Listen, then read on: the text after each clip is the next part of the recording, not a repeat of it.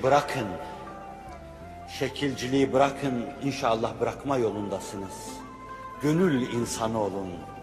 O sadece yatıp kalkma değildir. Namaza da yatıp kalkma demeden Allah'a sığınırım. İnsan onu nasıl eda ederse etsin, sevap alacak ve inşallah Allah'ın marziyatını kazanacaktır. Fakat Allah'a kulluk bir derinliktir. Kılık kıyafet değildir. Gönül derinliğidir. İrtibattır. Onu görüyor gibi ona kulluk yapmaktır. Ve mümini bir yerde tarif ederken güvercinin kalbi gibi kalbin titremesidir. Ne anlarsanız anlayın. Ama rica ederim, elinizi öperim, ayağınıza yüzümü sürerim.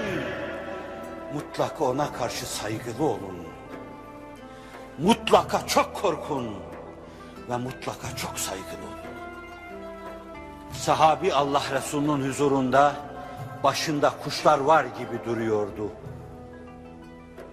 Kendine bak ve kendine neredeyim de. Rica ederim kendine bak. Rica ederim neredeyim de.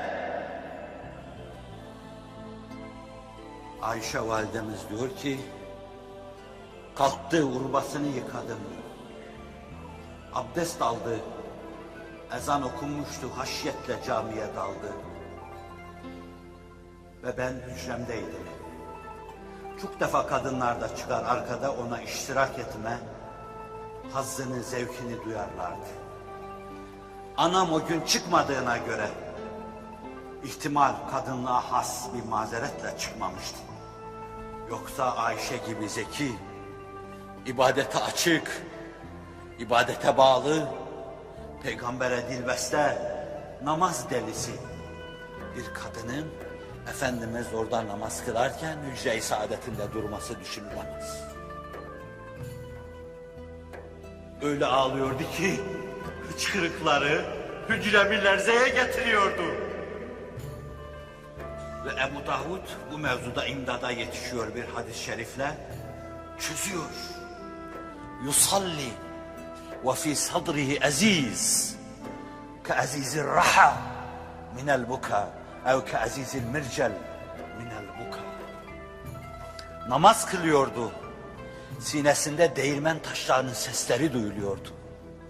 Düğüm düğüm sesler birbirine takılıp dışarı çıkıyordu. Ağlamadan. Güvecin kaynamasında duyulan ses duyuluyordu sinesinde. Veya elinizde çevirdiğiniz değirmen taşlarının meydana getirdiği hırıltı sinesinden yükseliyordu. Namazı öyle kılıyordu. Rica ederim bana demeyin ağlama yoktur. Nereden çıkardınız?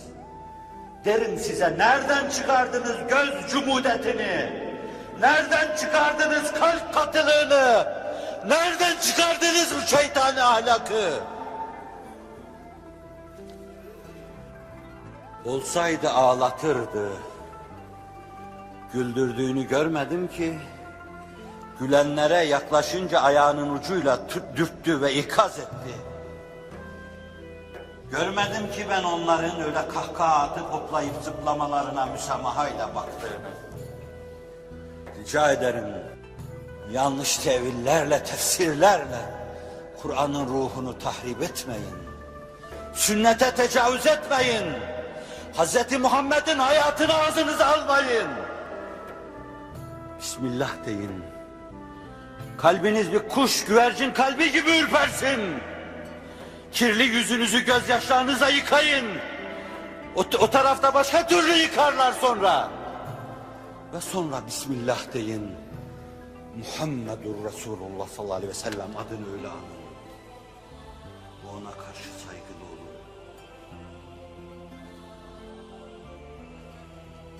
O hayatı seniyeleri hep böyle geçti. Enbiyanın yolu buydu.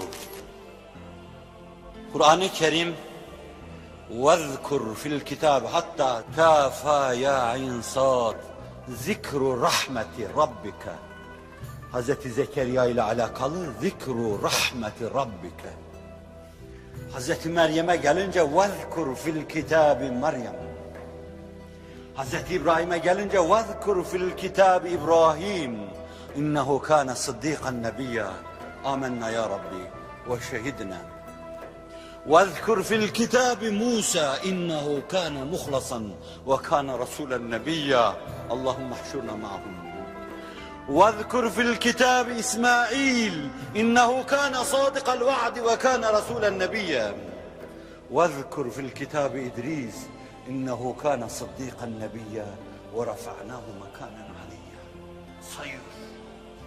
Habibim onu da hatırla, bak haline. Onu da hatırla. Kimi ihlasa yelken açmış, kimi sadakatle pervaz ediyor, kimi başka bir alemde ayrı bir kurbiyet yolu, bir yaklaşma yolu tutmuş gidiyor. Ayrı bir koridordan Allah'a yaklaşıyor. An bunları ve sonra fezleke geliyor.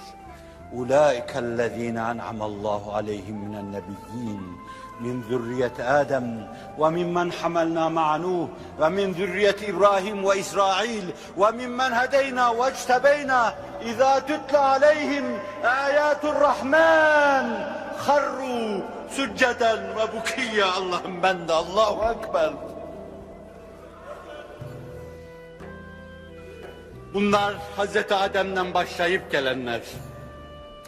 Hazreti Nuh'la devam edenler, İbrahim'e uğrayanlar, onun nesliyle devam eden o enbiya-i izam, o mürselin-i kiram aleyhimussalatu vesselam.